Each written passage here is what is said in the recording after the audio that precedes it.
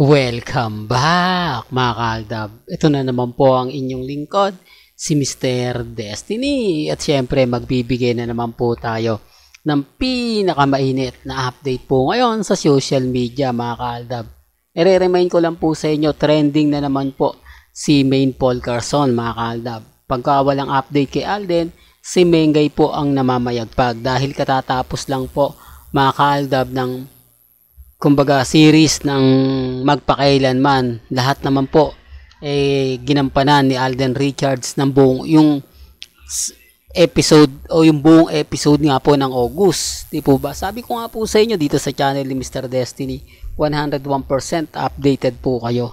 Etong video po na pinapakita ko po sa inyo, pinapanood, edited na lang po ito ha.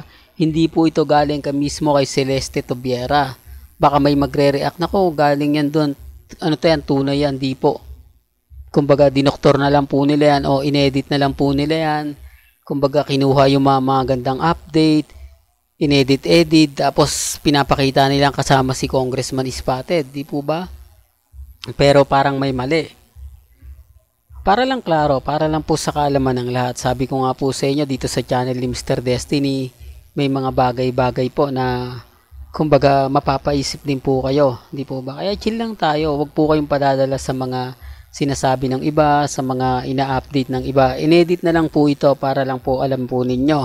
Sabi ko nga po sa inyo, nandito po ang channel ni Mr. Destiny para basagin, para ihinto lahat ng mga kababalaghan na pinaggagawa po nila o mga ini-edit po nila. Yan naman po mga kaaldab yung isa sa lagi kong pinapaliwanag. Dito po sa channel ni Mr. Destiny, iniimbestigahan po natin yan. Lahat ng mga kumbaga trending, lahat ng mga update patungkol po kay Mengay at kay Alden, lagi po tayo nangunguna. Di po ba? Well, bago tayo magsimula at bago natin ituloy itong mainit na update natin, kung bago ka lang sa channel na to at isa kang true-blooded Aldab Nation na nagmamahal po kina Mengay at Isoy, tama po ang channel na pinuntahan mo, kaya consider na po kitang bagong subscriber. At huwag mong kalimutang i-share ang mga video po natin sa mga mami, sa mga titas, at sa mga senior. Ito ngayon ang pinakamainit, ang ratings ng EAT. Napupunta na naman po daw sa 4% mga kaaldab. Hindi na nga po raw umaangat at never na nga po daw kumbaga malalagpasan pa yung 8%. Totoo naman po mga kaldabi, hirap na hirap ang EAT.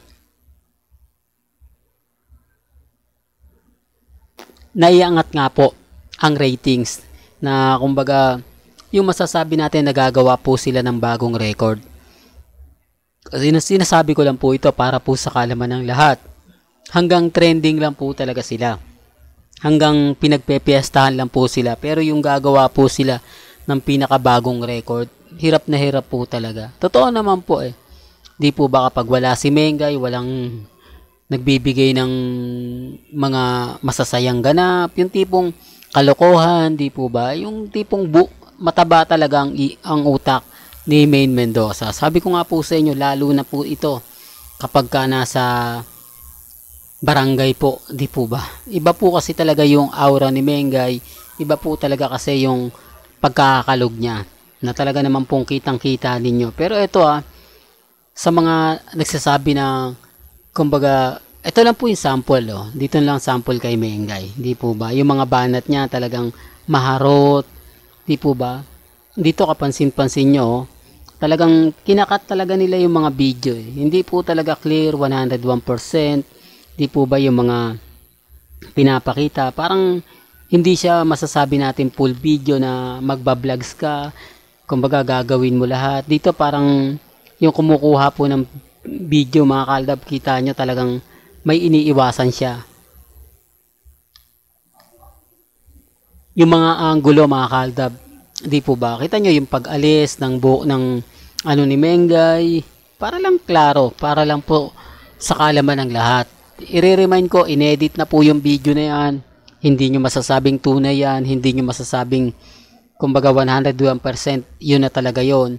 Medyo siguro natin masasabi natin na yung iba kumbaga dinikit lang, yung iba nilagay lang, parang kumbaga yung video dapat, ito na yung huli. Kaya lang ginawa nila, yung parang nireshuffle nila, tapos inedit nila, kinuha nila yung iba, pinasok nila. Yung tipong ano mga kaaldab, mayroon po talagang ipaliwanag.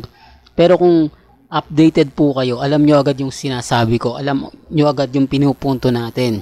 Wala po talaga nakakakilig na mga ganap kay Congressman Spotted at kay Mengay. Di po ba? Hindi tulad kay Alden. Yan po talaga yung isa. Kaya lang siyempre pag Alden ang pinag-uusapan, maraming magre-react. Nako, yung si Mr. Destiny, bitter na naman yan. Binanggit niya na naman si Alden Richards. Yan talaga yung, kumbaga, konting galaw, Alden pa rin. Hindi po nila matanggap na lagi kong dinidikit si Alden Richards kay Maine Mendoza. Kasi kung titignan nyo, si Mengay ngayon ang popular. Si Alden pahinga lang. Kung titignan nyo, parang nag-give and take lang po talaga si Mengay at si Alden Richards. Kapag maingay si Maine Polkerson sa Instagram, sa Twitter, naglalaylo si Alden. Kapag si Alden naman talaga yung bumibirit, ibig ko sabihin bumibirit, pinagpepiestahan, di po ba? Tahimik naman si Mengay. Pansin nyo po ba? Ito yung patunay mga kaaldab na lagi tayong may update, lagi tayong may ganap. Ngayon, ang dami na naman pong mga video na lumalabas kasama si Ma Salvador na kung saan pumunta rin doon si Jose Manalo, di po ba? Pansin nyo o kita nyo po ba mga kaaldab? May mga update na behind the scene na pang suporta sa Gilas Pilipinas. Tapos nakita natin sina Maha at si Rambo. Patunay lang po mga kaaldab. Yan ang tunay na mag-asawa.